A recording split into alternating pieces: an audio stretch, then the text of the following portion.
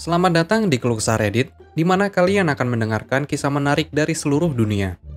Kali ini adalah beberapa kisah tentang tema malicious compliance yang singkatnya memberi pelajaran kepada seseorang yang ngeyel alias kolot. Berikut ceritanya. Cerita pertama. 7 euro untuk wifi? Tidak, terima kasih. Jadi aku saat ini tinggal di hotel, mengisolasi untuk masa mendatang. Hotel ini mengiklankan wifi gratis. Dan karena ini adalah pemesanan menit terakhir, aku tidak melihat cetakan kecil, hanya di tempat umum. Sekarang aku jelas tidak bisa nongkrong di tempat umum. Alternatifku, bayar 7 euro per hari per perangkat untuk wifi. Sekarang cara sistem wifi ini telah diatur untuk memungkinkan kalian bisa menggunakan 20 menit dari wifi tidak berbayar untuk menggoda kalian untuk menyerah. Kali ini aku mencari cetakan kecil, dan hampir menyatu dengan latar belakang adalah sebuah kota kecil, bukan kamu?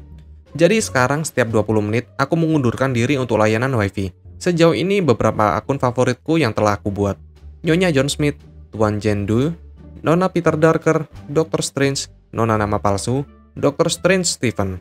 Hal terbaik tentang itu, mereka bahkan tidak memeriksa email yang kalian berikan. Jadi aku dengan senang hati mendaftar email Perdana Menteri Boris Johnson dan lain-lain. Dan senang hati mengklik untuk menerima konten promosi.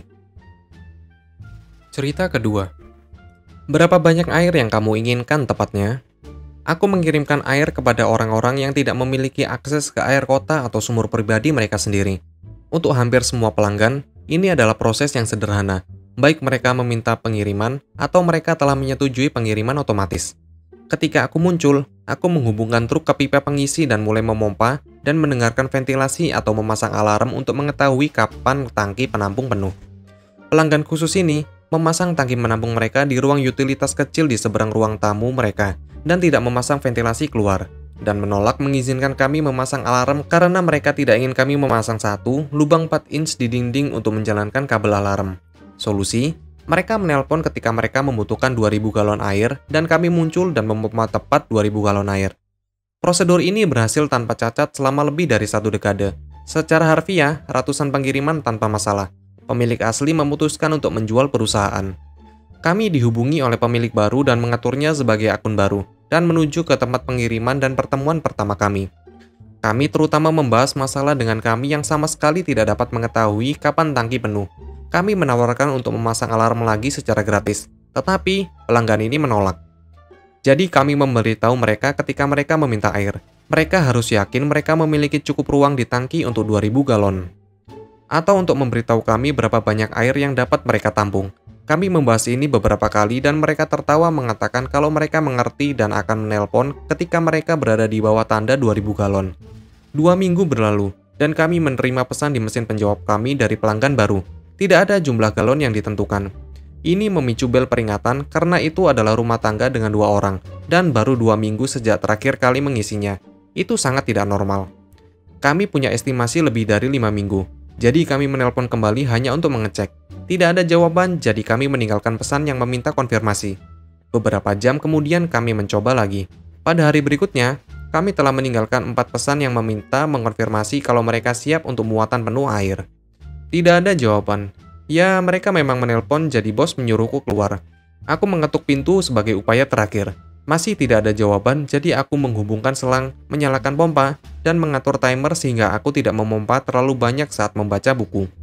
15 menit kemudian aku melompat keluar untuk memeriksa meteran air, 1700 galon. Aku akan menonton selama beberapa menit berikutnya dan mematikannya.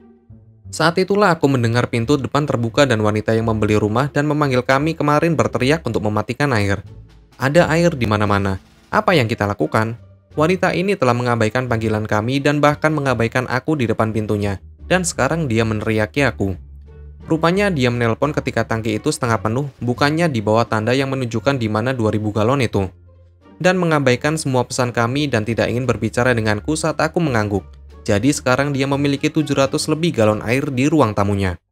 Bos dipanggil sehingga dia bisa berteriak kepadanya. Suaminya pulang kerja jadi dia juga bisa berteriak pada kami, untuk alasan yang kurasa. Mereka membuat banyak tuntutan tentang bagaimana kami akan membayar untuk memperbaiki kerusakan mereka. Tidak, bos menjelaskan bagaimana kami melihat situasinya. Mereka dapat menyimpan airnya secara gratis, dan jangan panggil kami untuk beli air lagi. Mereka terlalu bodoh untuk diajak bekerja sama. Tidak pernah mendengar kabar dari mereka lagi. Cerita ketiga. Tidak ingin berbagi. Oke, itu akan dikenakan biaya hampir 5K. Aku bekerja di sekolah untuk siswa dengan cacat intelektual dan perkembangan. Aku mengawasi departemen terapi. Banyak dari OT senang mengerjakan tugas pra-kejuruan dan pelatihan kejuruan dengan siswa kami. Sekitar 3 tahun yang lalu, kami memulai program transisi untuk membantu mempersiapkan siswa kami untuk kehidupan setelah sekolah. Selama membuat program ini, kami mempekerjakan seorang pendidik sebagai pemimpin program, dan dia membeli banyak barang untuk persediaan ruang kelasnya. Tahun ajaran ini, pimpinan program harus meliput dan mengajar di kelas karena kekurangan guru. Ruangan dengan semua item pelatihan telah kosong. Banyak item bahkan tidak dibuka. OT meminta untuk menggunakan peralatan ini untuk siswa mereka. Pimpinan program transisi marah, mengatakan kepada kepala sekolah kalau dia menolak untuk membagikan barang-barang itu. Kepala sekolah mendukungnya dan menyuruh aku membuat daftar, dan OT akan memesan apapun yang OT inginkan. Aku baru saja mengirimkan daftar dengan item senilai hampir $5.000. Aku tahu sebagian besar barang yang sama ada di ruang kelas yang kosong itu, tetapi OT dengan senang hati akan menggunakan barang milik kami. Terima kasih telah menonton video ini. Kalian bisa like, komen, dan subscribe channel ini. Sampai bertemu di video selanjutnya.